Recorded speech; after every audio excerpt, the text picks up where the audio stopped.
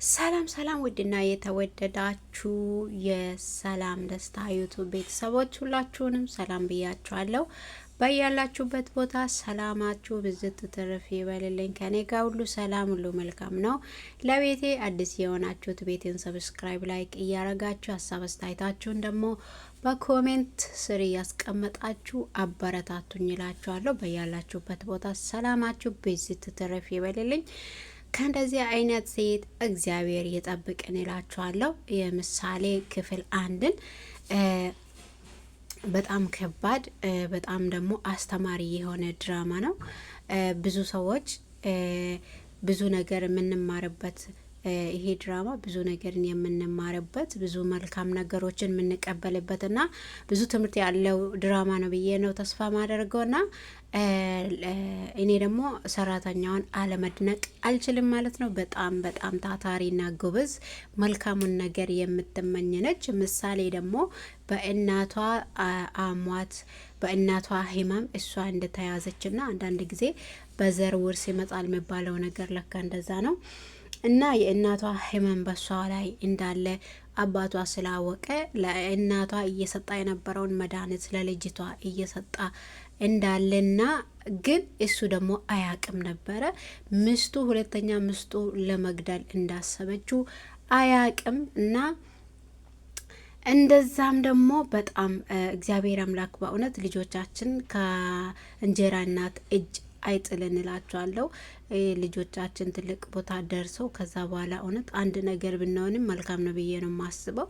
እንደዚህ አይነት ከክፉ ሴት ደግሞ እግዚአብሔር ይጠብቅን እኛንም ልጆቻችንም እላቸዋለሁ። አንዳንድ ጊዜ አባታቸው ሀብታም ሲሆኑ እሷ ልጅ ስትወልድ እንደምትን እሷ የምትወልድ ልጅ ከዛች እናት ካጣች ልጅ ጋር ስታወዳደር የአባቷ ፍቅር ምበዛው ለሱ ነው በማለቷ ነው እንግዲህ በሀብትም ምክንያት እሷ ነው የበለጠ የምትወስደው በማለት ነው እንግዲህ ይና የሉሉ የምትጠላት ህፃን ልጅ ነች። ምንም አላደረገችውም። ምሳሌ ደግሞ እኔ እንዳየሁት እንደ ሌላ ልጆች እንትን የምትል ልጅ አይደለችም። በጣም ታዛዥና ሁሉ ነገር እሺ የምትል ልጅ ነችና በጣም ከባድ ነው በእውነት። አንዳንድ እናቶች እነሱ ለወለዱ ልጆች ብቻ የሚኖሩት አሉና አንዳንዶቹ ደግሞ የሌላ ሰዎች ልጆችንም እንደ ራሳቸው አይተው የሚያሳድጉ ስንቶች አሉ። አሁን ከመንገድ አንስቶ አሳድገው ትልቅ ቦታ አድርሰው እንትን የሚሉ እናቶች ስንት አሉ። ግን አንዳንድ እናቶች ደግሞ በክፉ ነገር ማስተማር ይሄ ድራማ አንደኛው መልካሙን ነገር እንማራለን ብዬ ነው ተስፋ ማረገው እና አንደኛው ሁለተኛው ደግሞ ሰራተኛው ለባሏ ለመናገር ቻንስ አጥታለች ማለት ነው። ቻንስ አጥታለች እና በጣም ከባድ ነው። በጣም ከባድ ነውና ለኛም ደግሞ ትምህርት አለ እዛ ውስጥ ማየት ብቻ ሳይሆን ከአንድ ድራማ የምንማረው ነገርም አለ ብዬ ነው ተስፋ የማደርገው። አንድ ነገር አይተን ብቻ ተረተን ብቻ መተው ሳይሆን ለኛም ትምህርት የሚሆነን ነገር ብዙ ነገር አለ ብዬ ነው የማስበው።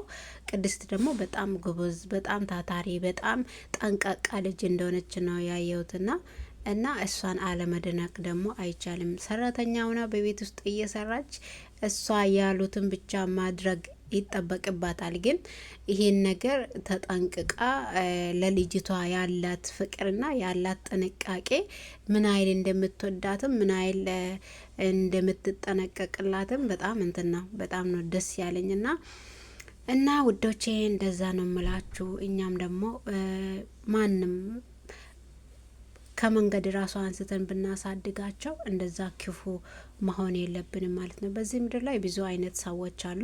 ሁሉን ነገር ለራሴ ለልጆቼ እኔ ብቻ ልደቅ፣ እኔ ብቻ ልኖር፣ እኔ ብቻ በልቼ ሊሞት፣ ይሄ ሀብት ሁሉ የራሴ ይሁን፣ ሌላ ሰው አይብላ የሚል ሰው አንዳንድ እናቶችም ደግሞ ወይም ምስት የሞተችውን ባል ሲያገቡ የዛችን ምስት ልጆች አይወዱላትም ማለት ነው። ምክንያቱም ከነሱ ጋር ከሷ ጋር እንትን ስለምሉ ስለሚጋሩ ነው መሰለኝ እንዲህ ናይል እንትን የሚሉትና በጣም ከባድ ነው።